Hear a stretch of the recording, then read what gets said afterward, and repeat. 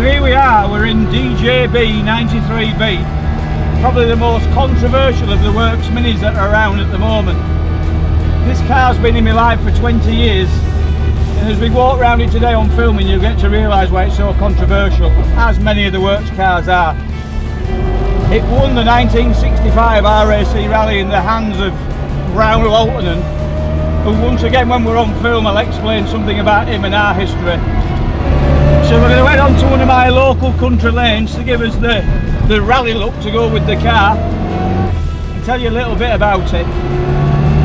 Welcome to another interesting day at Acespeed. This book ties in with this car beautifully. Philip Ambrose wrote a biography about Tony Ambrose. Now Tony Ambrose navigated in this car for Brown Waltonen in the year when they won the European Rally Championship. This car won the 1965 RAC Rally, which is one of my favourite events. It's really controversial, this car, because even though it runs DJB93B as a number plate, it was a replica of the original car, which was damaged many years ago. In my eyes, many works cars were reshelled in period, so it doesn't really affect the car too much for me, but it is well known that it's a replica of the original car, but on the original number. Brown Waltonen's a really good friend of mine, as he was a teammate for us at the Goodwood Revival in 2011 and told me many a good story about this car. I tried to buy this car over 10 years ago at the Stoneleigh show in 2007, which led to me buying 72 Ace, ironically. It was bought by Jonathan Turner from Beaucliffe, and it made us become good friends, and he invited me to be a member of his drivers club.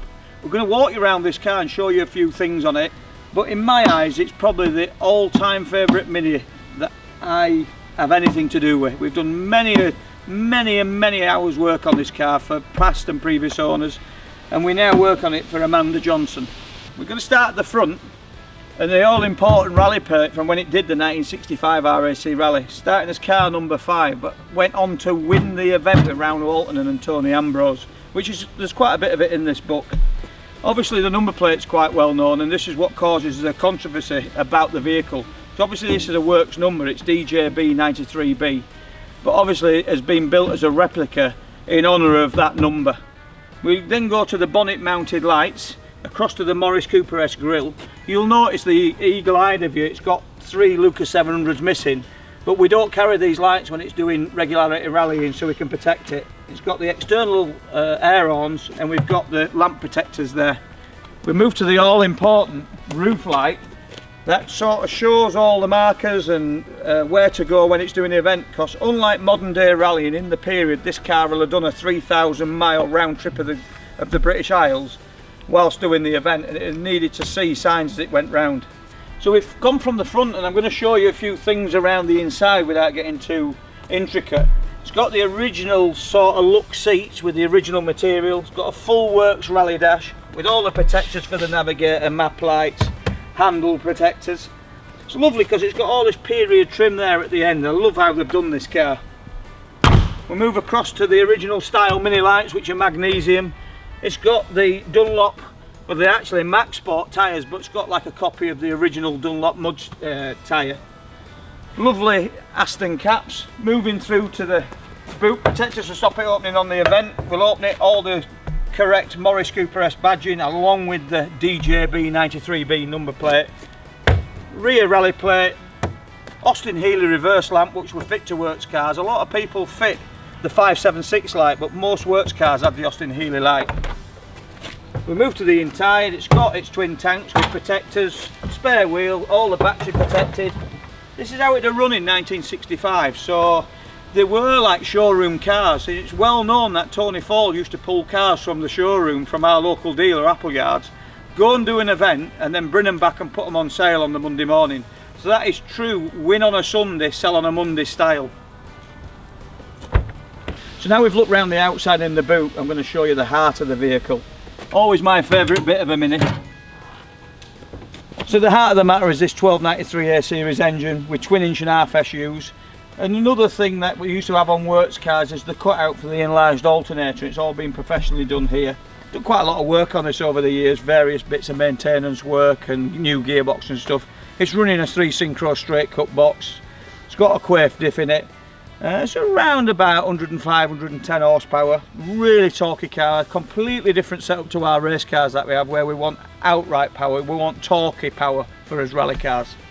So a couple of little pointers which are usually found by the really the well-respected sort of restorers of these cars. We start, it's a 64 car, we've got a 64 wiper motor with the date on there, and then over here these were all wired very similar at the Lucas Works, and they've all got individual relays, nicely positioned fuse box. What you got to remember, when these were in period, they needed to be worked on when things went wrong. So it's not necessarily about how they were running, it's when things went wrong that the relays and the fuses were easy to get hold of. On the inside of the car, along the passenger side, there's about 8 fuse boxes and everything's individually fused. So if something goes wrong, you quickly take a cover off, put a fuse in, you're not looking for the problem. So I've got to say, the Works at the time were leaps and bounds ahead of anybody else who were building rally cars. And then along came Ford and Citroën and sort of pushed Minis back a little bit. But Rownall talks fondly about this car, and whenever I have meetings with him, we always end up talking about DJB. And he always remembers it with great fondness, because to win the RAC Rally in the 60s was a feat in its own right.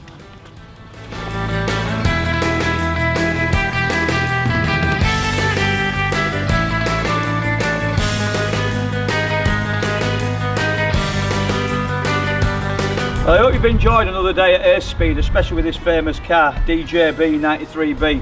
But I couldn't go without introducing our new family pet, the new garage dog, Mini Moo, our new Patterdale, along with the PA that's after a moment of fame, Jane. Hope you enjoyed it. Please take a look at our channel, subscribe, share, and above all, leave a comment under the video on the channel.